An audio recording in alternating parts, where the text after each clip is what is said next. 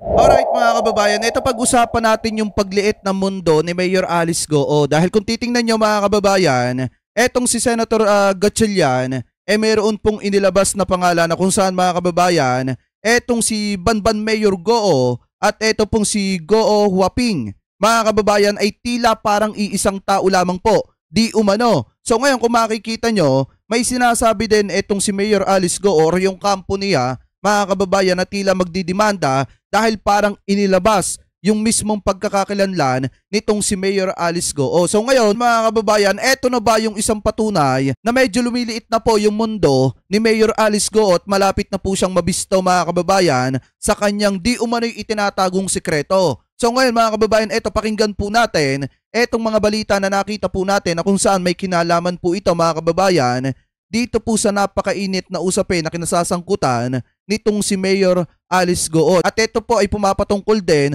sa kanyang questionabling pagkatao na kung saan mga kababayan mas lalo pong lumalapit na sa katotohanan. Ano po ngayon, pakinggan po natin ito nakita nating balita galing po sa News 5 Everywhere na kung saan mga kababayan, ang sabi po dito, Senator Gatchalian, Banban Mayor Goo at Goo Huaping, iisang tao lang. Yan po yung sabi dito. Anyway, i-play na po natin. Pinag-aaralan na ng kampo ni suspended Bamban Tarlac Mayor Alice Goo na kasuhan ang nagsapubliko sa birth certificate at SALN ni Goo sa gitna ng mga katanungan sa tunay na pagkatao ng alkalde. Si Senator Sherwin Gatchalian naman naniniwalang nabisto na kung sino talaga si Goo. Nasa frontline ng balitang yan, si Ria Fernandez. Iisa si suspended Bamban Tarlac Mayor Alice Goo at si Goo Huaping. Yan ang pinaninindigan ni Senator Sherwin Gatchalian sa kabila ng pagtanggi ng kampo ng alkalde. Sa inilabas ni Gatchalian na kopya ng isang passport, may picture na kamukha ni Goo pero ang pangalang nakalagay rito ay Goo Huaping. Yan o, kung makikita nyo mga kababayan, mahirap kasing pasinungalingan to sa totoo lang. Kasi unang-una, kung hindi ito totoo, bakit ididemanda ni Mayor Alice Goo yung mga naglabas ng kanyang birth certificate at nung kanyang mga SALN, mga kababayan, kung hindi totoo. Pero kung titingnan nyo mga kababayan, talagang mahirap pa sinungalingan ito kasi mukha ito, kamukhang kamukha ni Mayor Alice Goo mga kababayan. Alam nyo, sa totoo lang, nung tinatalakay ko yung topic nito noong mga nakaraang buwan, marami nagagalit sa akin kasi inaakusahan daw natin yung isang taong walang ginawa kung hindi mahalin yung mga taga-Banban Tarlac. Pero kung titingnan din po natin mga kababayan, ang nakasalalay kasi po dito interes ng ating bansa, kalagayan ng ating bansa mga kababayan. So ngayon kung mapapansin nyo, siguro etong dokumentong ito mga kababayan, masasabi natin na tila parang sapat na para mapatunayan na ito ay may pagkakakonekta dito po kay Mayor Alice Goo. Dahil kung makikita nyo, student tapos single, may nakalagay pa na Fujian. Siguro sa Fujian, China to mga kababayan. Kasi kung mapapansin nyo, yung pinakamalaking angka ng Goo mga kababayan taga Fujian, China. So ngayon ipagpatuloy pa natin. Nakasaad dyan na Fujian ang lugar ng kapanganakan ni Goo Huaping. Parehong probinsya sa China kung saan nagmula ang ama ng alkalde na si Goo Jianzhong o Angelito Goo.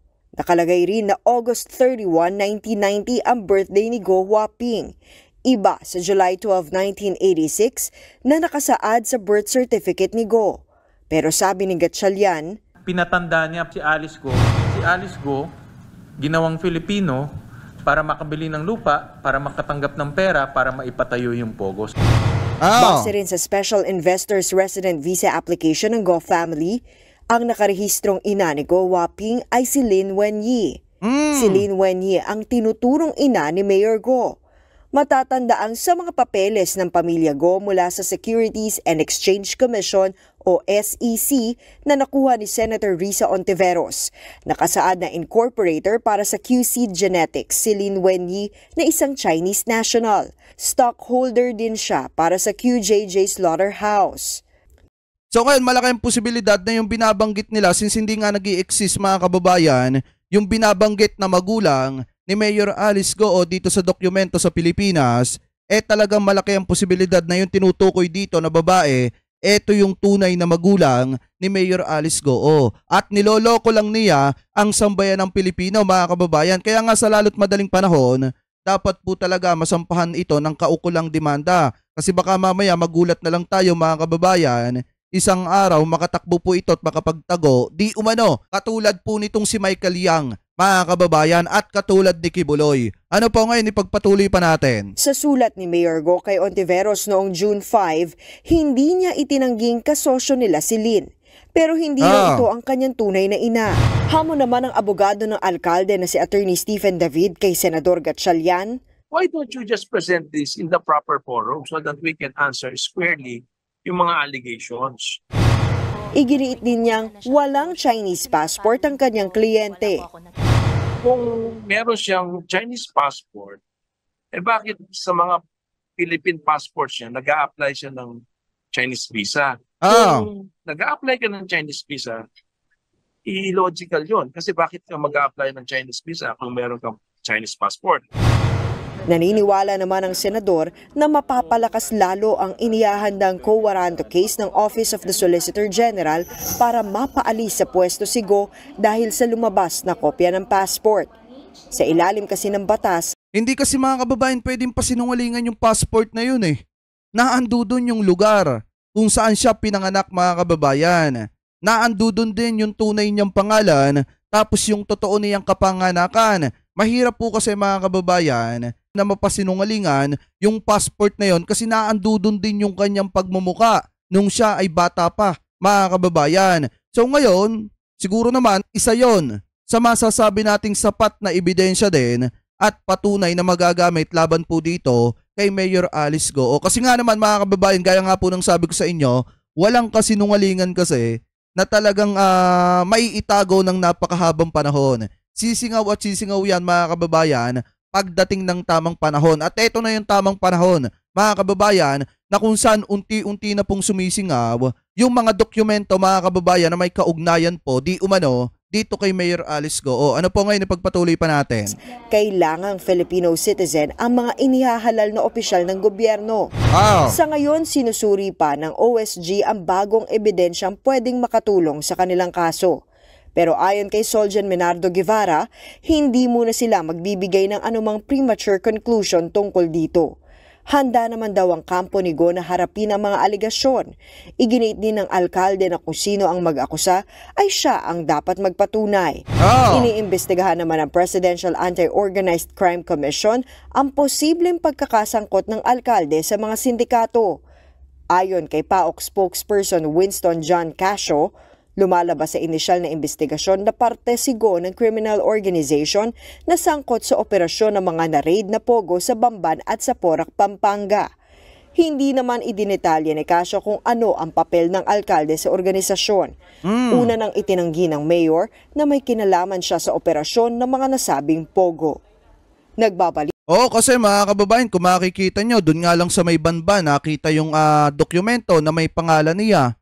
Mga kababayan, yung bill ng kuryente at saka yung dokumento ng sasakyan. Kaya nga napakahirap pasinungalingan nun. Tapos yung kanyang pagkatao, questionable pa. Kaya sobrang hirap mga kababayan na malusutan etong problemang ito ni Mayor Alice Go. Kaya nga ang pinakamainam, hanggat maaga pa mga kababayan, bago pa lumabas yung mga dokumento na may kinalaman siya, dapat bukod sa masampahan siya ng demanda para maharap niya mga kababayan, harapin niya na lamang din yung mga accusation laban po sa kanya. Tama naman yung sinasabi niya mga kababayan, to be fair, na kung sino yung nag-aakusa, dapat siya po talaga yung magpatunay. At kung makikita nyo, yun nga yung hamon niya, kung sino yung nag-aakusa, dapat yun yung magpatunay. Ginagawa na ni Senator Gatchalian na ilabas unti-unti yung mga ebidensya na nakukuha po nila na may kaugnayan di umano dito kay Mayor Alice Go. Mga kababayan, ngayon ipagpatuloy pa natin etong balitang ito dito pa sa balita na nakita natin na kung saan iginigiit pa po ng kampo ni Banban Mayor Alice Go na kung saan legit na Pinoy daw po etong alkalde, etong si Mayor Alice Go. Mga kababayan, ngayon panoorin po natin etong nakita nating balita galing po dito sa Net25. Samantala, kampuhon ni Mayor Alice Go nanindigan sa kanyang pagka-Pilipino. Katunayan, ang pasaporteng inisyu sa kanya ng DFA. Makabalita naman tayo kay Mean Corvera. Mean. Which dumepensa nga ang kampo ni Bamban Tarlac Mayor Alice Go sa mga kwestiyon o sa panibagong alegasyon laban sa kanyang pagka-Pilipino. Yan ay matapos maglabas ng dokumento ang Senado hinggil mula dun sa Board of Investment at Bureau of Immigration kung saan sinasabing si Go ay isang Chinese national at hindi ito isang Pilipino. Ayon sa kanyang abogado na si Attorney Nicole Hamilla, si Amelia Leal ang tunay na ina ni Mayor Alice at hindi Go Huaping gaya ng ibinibintang sa kanya ng mga senador. Isaan niya itong lehitimong Pilipino, katunayang na-issuean siya ng birth certificate at pasaporte mula sa Department of Foreign Affairs.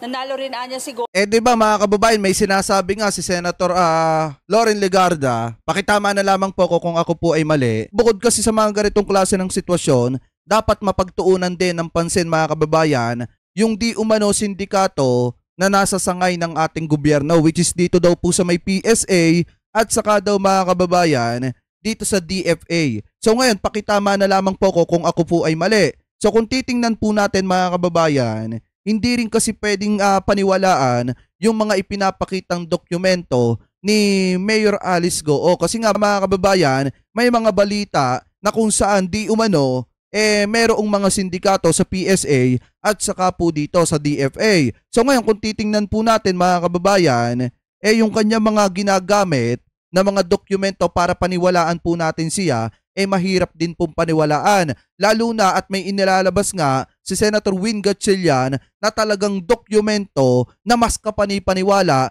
kaysa dun sa mga dokumento na ipinapakita po ng kampo ni Mayor Alice Go. Ano po ngayon ipagpatuloy pa natin? Go bilang alkalde dahil isa siyang lehitimong Pilipino. Kung Chinese citizen pa rin anya ang alkalde, bakit kinakailangan kumuha ito? At saka yung kanyang birth certificate, questionable mga kababayan. Yung birth certificate ng kanyang tatay at nanay, talagang questionable. Yung kanyang nanay hindi nag-e-exist mga kababayan. At yung birth certificate naman po ng kanyang tatay, di umano may sabit din. Ngayon kung titingnan natin mga kababayan, mahirap paniwalaan at mahirap gamiting ebidensya ng kampo ni Mayor Alice Go yung birth certificate na hawak ni Mayor Alice Go. Kasi nga anong ginawa yung birth certificate na yon, ang pinaniwalaan lamang yung lathala ng kanyang tatay mga kababayan. Kaya napakahirap paniwalaan yung dokumento na hawak po niya. Ngayon, ipagpatuloy pa natin. Ng Chinese visa tuwing bibisita sa China. Bagamat wala anyang direktang probisyon sa batas na ang isang tao ay otomatikong mamamayan ng bansa kung saan siya nakatira, may mga mekanismo para iwasan ang pagiging statelessness. Handaan niyang alkalde na humarap sa anumang investigasyon at kaso na maaaring isang palaban sa kanya, kabilang na yung kowaranto ng Solgen. Ito ang bahagi ng pahayag ni Attorney Nicole Hamilla. On the legal point of view, he who alleges has the burden of proof. So basically, sila ang stand for ang presumption sa ngayon is Filipino national si Mayora. She has all the records, she has the documents, she has the birth certificate, she is a holder of a Filipino passport, she is not a registered or Chinese resident. Dito po siya nakatira. So all the manifestations and all the circumstances lead to the stand that she is a Filipino citizen. So kung sino po ang magsasabi na ng kabaliktaran ay kailangan pong i-prove sa tamang proseso kung ano po yung allegation nila sa laban sa tao.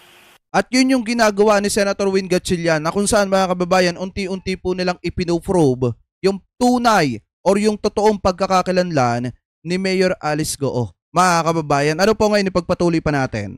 Sa ngayon, Wedge, wala pang itinatakdang pagdinig ang Committee on Women and Family Relations kung kailan didinggin yung mga panibagong alegasyon laban kay Mayor Alice Go. Balik sa inyo. So ngayon, ipagpatuloy na agad natin itong ating balita agad. Dito pa sa isang balita na nakita po natin na kung saan nga ngayon ko lang ito nakita pero naipost po ito noong June 6, 2024.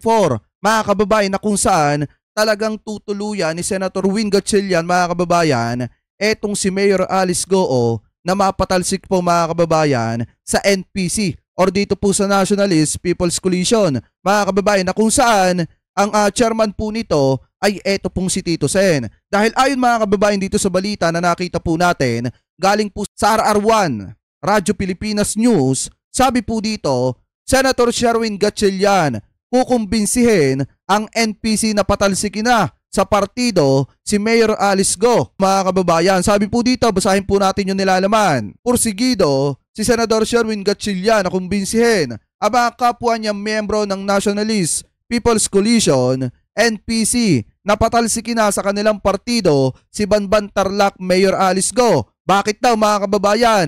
Ibinahagi ni Gatchalian na nakausap na niya kahapon si Senadora Loren Legarda na miyembro rin ng NPC.